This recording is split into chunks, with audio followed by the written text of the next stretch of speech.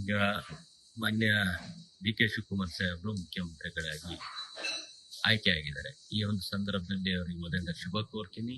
ಈ ಒಂದು ಸಂದರ್ಭದಲ್ಲಿ ಏನು ಹೈಕಮಾಂಡ್ ಎಲ್ಲ ಒಂದು ನೂತನವಾಗಿ ಆಯ್ಕೆಯಾದಂತಹ ಶಾಸಕರು ಏನು ಹಳೆ ಬೇರು ಹೊಸ ಚಿಗುರು ನಿಟ್ಟಿನಲ್ಲಿ ಹೊಸ ಯುವಕರಿಗೆ ಯಾರ್ಯಾರು ನೂತನವಾಗಿ ಆಯ್ಕೆಯಾಗಿದ್ದಾರೆ ಅವರಿಗೆ ಸಚಿವ ಸ್ಥಾನ ಕೊಡಬೇಕು ಅನ್ನೋ ಒಂದು ನಿಟ್ಟಿನಲ್ಲಿ ಏನ್ ಮಾತಾಡ್ತಾ ಇದೆ.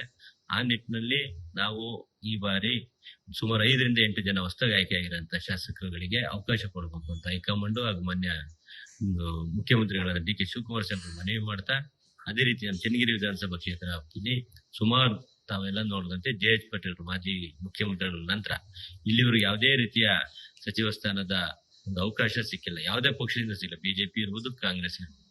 ಆದ ಕಾರಣ ನಮ್ಮ ಸಚಿವ ಸ್ಥಾನ ಸುಮಾರು 25-30 ವರ್ಷ ಚನ್ನಗಿರಿ ವಿಧಾನಸಭಾ ಕ್ಷೇತ್ರ ಸಿಕ್ಕಿಲ್ಲ ಕಾರಣ ಈ ಬಾರಿ ಅವಕಾಶ ಮಾಡಬೇಕು. ಜೊತೆಗೆ ಒಂದು ಜಾತಿ ಕೋರ್ದಲ್ಲೂ ಸಹ ನಾನು ಕೇಳ್ತಾ ಇಲ್ಲ, ಜೊತೆಗೆ ಜಿಲ್ಲಾವಾರು ಪ್ರಾತಿನಿಧ್ಯನೂ ಕೇಳ್ತಾ ಇಲ್ಲ. ನಾನೇನಪ್ಪ ಮನವಿ ಮಾಡೋದು ಹೈಕಮಾಂಡ್ ಅಲ್ಲಿ ಅಂದ್ರೆ, ರೈತಪರ ಹಿನ್ನೆಲೆ, ರೈತಪರ ಸಂಘಟನೆಯಿಂದ ನಾನು ಇವತ್ತಿನ ಮೇಲೆ ಬಂದಿದ್ದೀನಿ. ರೈತಪರ ಹೋರಾಟಕ್ಕೆ ನಾನೇನು ಈ ಹಿಂದೆ ಪಕ್ಷದ ಒಂದು ಕೆಲಸ ಕಾರ್ಯಗಳು ಮಾಡಿದ್ನಿ.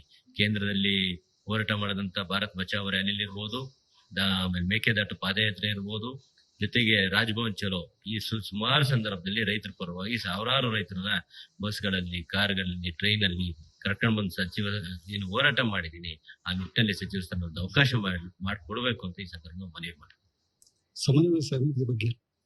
ಸಮನ್ವಯ ಸಮಿತಿ ಬಗ್ಗೆ ಏನ್ ನಾನ್ ಕಂಡಂತೆ ಎಲ್ಲೂ ಚರ್ಚೆಯನ್ನು ಆಗಿಲ್ಲ. ಆಮೇಲೆ ಸಮನ್ವಯ ಸಮಿತಿ ಸಾಮಾನ್ಯವಾಗಿ ಮಾಡೋದಾದ್ರೆ ಯಾವ್ದಾದ್ರು ಸಮ್ಮಿಶ್ರ ಸರ್ಕಾರಗಳಿದ್ದು ಯಾರ್ದಾದ್ರು ಬೆಂಬಲದಲ್ಲಿ ಸರ್ಕಾರ ನಡೀತಾ ಇದ್ರೆ ಸಮನ್ವಯ ಸಮಿತಿ ನಡೀತದೆ ಅನ್ನೋ ಮಾಹಿತಿ ನಾನು ಓದಿರೋಂಥದ್ದು, ಕೇಳಿರೋಂಥದ್ದು. ಆದ್ರೆ ಈಗ ಒಂದು 135-136 ಪ್ಲಸ್ ಶಾಸಕರಿಂದ ನಾವು ಸರ್ಕಾರ ರಚನೆ ಮಾಡಿದ್ರೆ ಅದು ಅವಶ್ಯಕತೆ ಬರೋದಿಲ್ಲ ಅನ್ನೋದು ನನ್ನ ಒಂದು ಅಭಿಪ್ರಾಯ. ಜೊತೆಗೆ ಅದಕ್ಕೂ ಮೀರಿ ಹೈಕಮಾಂಡ್ ಇದ್ರ ಬಗ್ಗೆ ನಿಲುವು ತಗೋಬೇಕಾಗ್ತದೆ. ಯಾಕೆಂದ್ರೆ ನಾವೆಲ್ಲ ಮೊದಲನೇ ಬಾರಿ ಗೆದ್ದವರು ಸಚಿವ ಸ್ಥಾನ ನಿಭಾಯಿಸಬಹುದು.